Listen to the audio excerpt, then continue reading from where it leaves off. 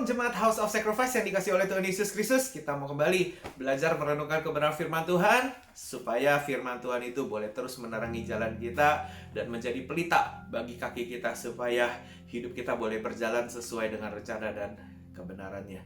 Oke, mari sama-sama kita mau melihat sebuah perikop yang kita mau ambil dari kitab Kisah Para Rasul ke-8.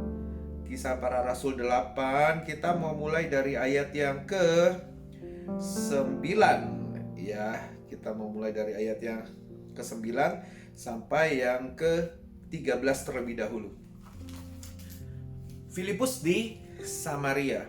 Seseorang yang bernama Simon telah sejak dahulu melakukan sihir di kota itu dan mentakjubkan rakyat Samaria, serta berlagak seolah-olah ia seorang yang sangat penting. Semua orang besar kecil mengikuti dia dan berkata orang ini adalah kuasa Allah yang terkenal sebagai kuasa besar. Dan mereka mengikutinya karena sudah lama ia mentakjubkan mereka oleh perbuatan sihirnya. Tetapi sekarang mereka percaya kepada Filipus yang memberitakan Injil tentang kerajaan Allah dan tentang nama Yesus Kristus. Dan mereka memberi diri mereka dibaptis, baik laki-laki maupun perempuan. Ayat yang ke-13, Simon sendiri juga menjadi percaya dan sesudah dibaptis ia senantiasa bersama-sama dengan Filipus dan takjub ketika ia melihat tanda-tanda dan mujizat-mujizat besar yang terjadi. Nah, di sini saya mau beri judul khotbah ini adalah jangan menggunakan cara yang lama. Jangan menggunakan cara yang lama. Nah, kita pelajari di sini bahwa ada seseorang yang bernama Simon. Simon ini adalah seorang penyihir yang dia dulunya itu dia menjadi center, jadi pusat ya, jadi tempat di mana dia bisa dikagumi oleh banyak orang ya, diikuti oleh banyak orang, apa yang dikerjakan semua mentakjubkan banyak orang. Dan akhirnya kita lihat bahwa Filipus datang ke Samaria dan sekarang banyak orang yang melihat kepada Filipus karena Filipus melakukan banyak tanda mujizat, banyak orang menjadi percaya, banyak orang dibaptis. Dan Simon ini yang juga melihat tanda-tanda itu, juga melihat bagaimana Filipus menyaksikan kekuatan dan kebesaran Tuhan. Akhirnya dia sendiri juga percaya dan dibaptis. Dia mengikuti Filipus kemana Filipus melayani Tuhan, dan akhirnya dia melihat dengan mata kepala sendiri bahwa takjub dia akan kebesaran Tuhan, akan apa yang Tuhan perbuat di dalam pelayanan Filipus. Nah, saudara, Simon ini adalah dulunya seorang penyihir. Penyihir itu kerap kali melakukan sihirnya itu dengan cara-cara yang sudah pasti tidak berkenan di hadapan Tuhan. Sudah pasti tidak berkenan di hadapan Tuhan. Ya, jadi Simon ini punya sebuah kebiasaan di dalam hidupnya. Orang itu datang kepada dia menawarkan uang yang banyak supaya Simon ini bisa melakukan sihirnya, supaya Simon ini melakukan pekerjaannya sebagai seorang penyihir. Jadi orang datang berbondong-bondong bawa uang yang banyak ya. Lalu orang-orang ini tentu saja mengharapkan Simon melakukan sesuatu untuk kehidupan mereka, sepertinya tukar jasa begitu. Orang-orang bawa uang dan Simon itu bisa melakukan praktek sihirnya ya. Dan itulah yang terjadi di kala itu ketika Simon masih menjadi seorang penyihir, ketika hari-hari Simon itu dipenuhi dengan kebiasaan-kebiasaan, cara-cara yang seperti kayak begitu. Nah, tetapi di sini ketika Simon percaya, ketika Simon dibaptis karena melihat Filipus melakukan tanda-tanda mujizat yang ajaib, perkataan Filipus itu bisa begitu meyakinkan orang-orang bahwa Tuhan itu berkuasa dan Tuhan itu hebat. Nah, ada waktunya ketika Simon yang walaupun sudah percaya dan sudah dibaptis, tapi cara yang dia punya adalah cara yang lama. Ini petobat baru ya. Jadi orang yang baru bertobat, hatinya sudah menerima Tuhan, sudah dibaptis, tanda bahwa dia percaya kepada Tuhan, tetapi akal pikirannya, logikanya, cara hidupnya masih menggunakan cara yang lama. Karena wajar, itu yang dia punya, karena ini adalah petobat baru.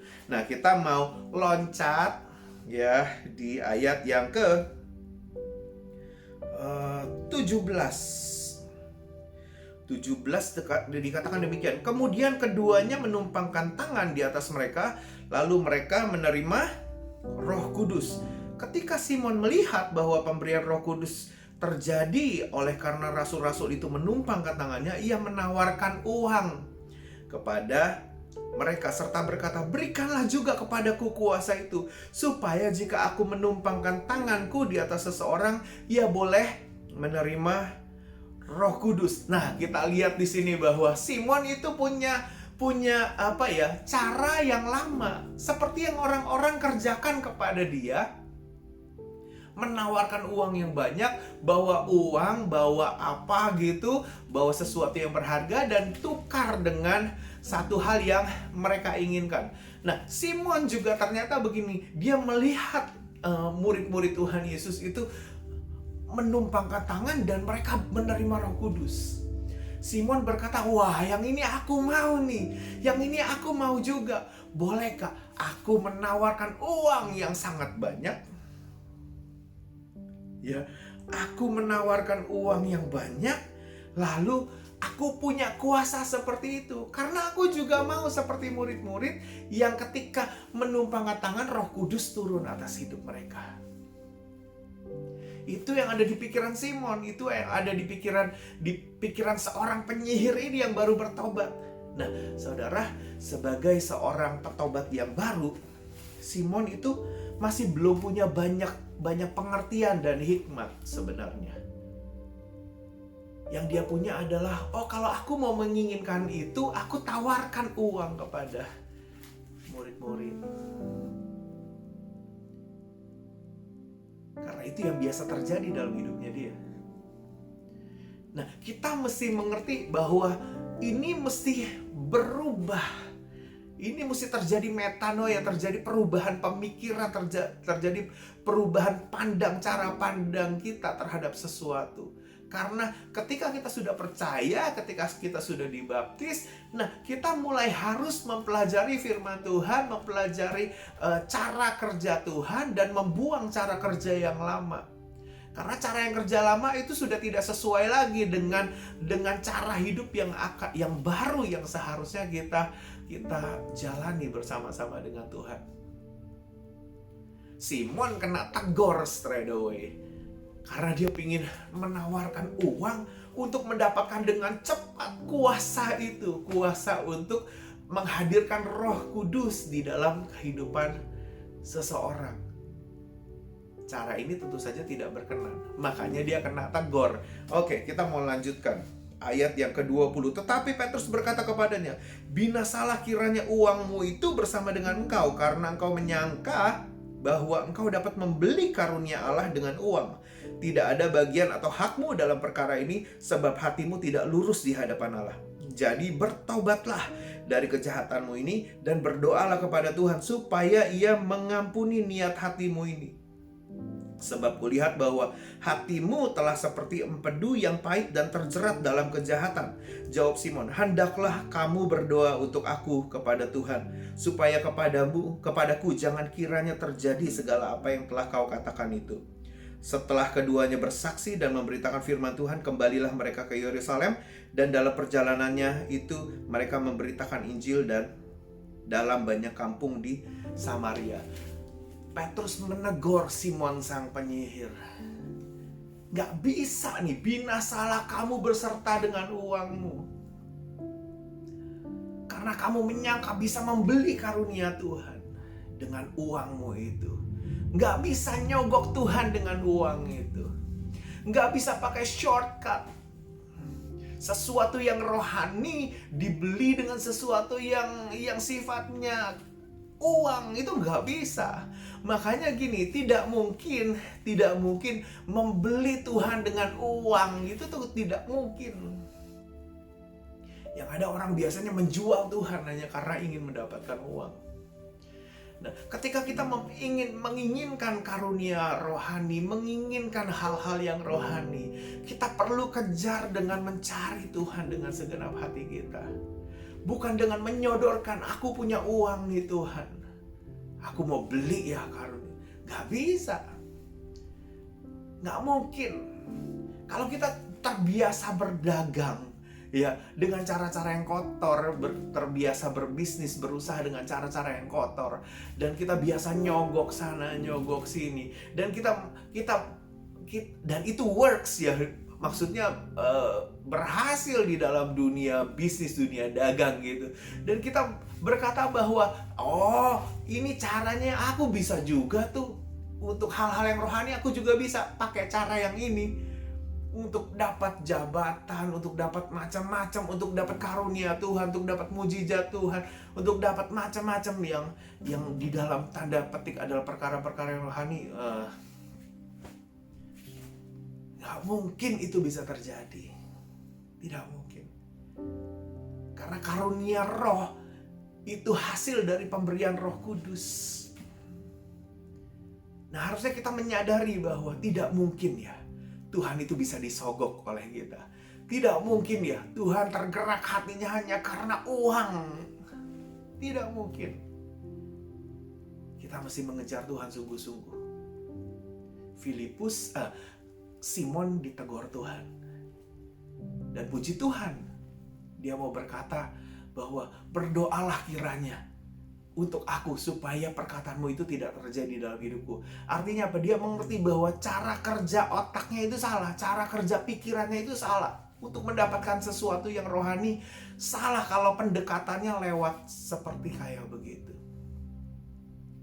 Nah, kita mesti belajar di sini bahwa kalau kita sudah percaya, kalau kita sudah dibaptis, kalau kita sudah mau belajar untuk mengikut Tuhan, entah kita itu petobat baru atau entah kita itu sudah berjalan sekian lama dengan Tuhan, mari kita terus-menerus belajar cara kerja Tuhan.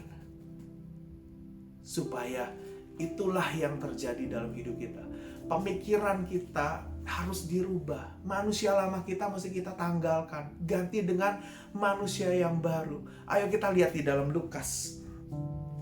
Kitab Lukas 5 ayat yang ke-37 dan 38. Demikian juga tidak seorang pun mengisikan anggur yang baru ke dalam kantong kulit yang tua. Karena jika demikian, anggur yang baru itu akan mengoyakkan kantong itu dan anggur itu akan terbuang. Dan kantong itu pun hancur. Tetapi anggur yang baru harus disimpan dalam kantong yang baru pula. Jadi gini saudara, ayo kita belajar. Percaya Tuhan adalah sebuah anugerah. Ya, dibaptis itu adalah tanda bahwa kita percaya kepada Tuhan. Setelah itu mari kita pakai cara kerja Tuhan. Yang artinya apa? Itu adalah kantong yang baru. Tubuh ini harus terus-menerus diperbaharui. Pikirannya harus terus-menerus diperbarui. Hati ini harus terus-menerus diperbaharui. Supaya dapat diisi hal-hal yang baru yang datang dari Tuhan.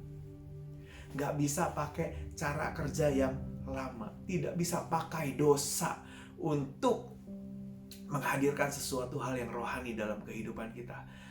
Pakai hal yang baru. Kenakan pikiran baru, pikiran Kristus.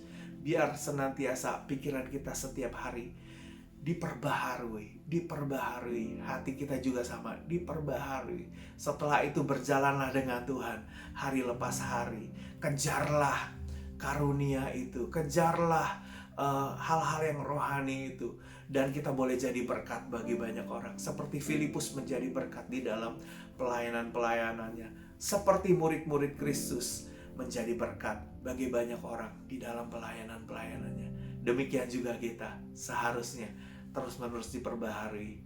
Dan sesudah itu kita boleh menjadi berkat bagi banyak orang. Tinggalkan cara-cara yang lama, cara-cara yang kotor, cara-cara yang tidak berkenan kepada Tuhan, cara-cara yang tidak sesuai dengan firman Tuhan. Ganti itu. Karena Tuhan mau pakai kita lebih lagi, Tuhan mau hidup kita menjadi berkat lebih lagi, tetapi Tuhan tidak bisa bekerja dengan cara-cara dan pemikiran yang kotor, yang dulu mungkin pernah kita kerjakan, yang mungkin orang-orang pernah lakukan dalam kehidupan kita. Buang itu semua, sehingga kita bisa terus menjadi berkat, menjadi saluran yang bersih, menjadi saluran yang terus-menerus dipakai Tuhan seumur hidup kita. Amin saudara. Mari sama-sama kita berdoa dan kita mau responi firman Tuhan, terapkan dalam kehidupan kita, bahwa hidup kita harus menjadi hidup yang baru, manusia yang baru yang kita kenakan, sehingga hal-hal rohani, hal-hal yang baru ketika masuk dalam kehidupan kita, itu kita bisa menerimanya dengan baik. Ya, saudara, mari kita tundukkan kepala dan kita mau berdoa. Bapa di surga, kami mengucap syukur Tuhan buat hari ini. Ajar kami Tuhan untuk terus-menerus Tuhan Yesus memperbaiki hidup kami Tuhan, memperbaharui hidup kami Tuhan, supaya pikiran ini jadi baru Tuhan, supaya hati ini jadi baru Tuhan, dan siap Tuhan untuk memperoleh sesuatu yang baru Tuhan. Kalau Tuhan kami punya pikiran Tuhan untuk bisa membeli karunia Tuhan, untuk bisa membeli hal-hal yang rohani Tuhan Yesus, ajarkan kami Tuhan untuk mengganti pikiran-pikiran itu Tuhan Yesus. Karena kami tahu Tuhan, tidak mungkin hal-hal yang rohani dihasilkan atau dibeli dengan perkara-perkara yang dari jasmani Tuhan Yesus. Ajar kami untuk terus-menerus menjadi dewasa di dalam firman-Mu, menjadi bertumbuh di dalam firman-Mu, dan firman-Mu itu Tuhan Yesus boleh menjadi tuntunan langkah kaki kami Tuhan di dalam hidup kami Bapa. Terpuji nama-Mu di dalam nama Tuhan Yesus Kristus. Kau memberkati setiap orang yang ikut join dari kebaktian online ini, biar lewat firman Tuhan yang sederhana-sederhana yang kami ikuti Tuhan di dalam setiap minggunya, biar hidup kami boleh terus-menerus berjalan di dalam terang dan kebenaran-Mu. Di dalam nama Yesus kami berdoa mengucap syukur, haleluya, amin. Tuhan Yesus memberkati kita semua, and God bless.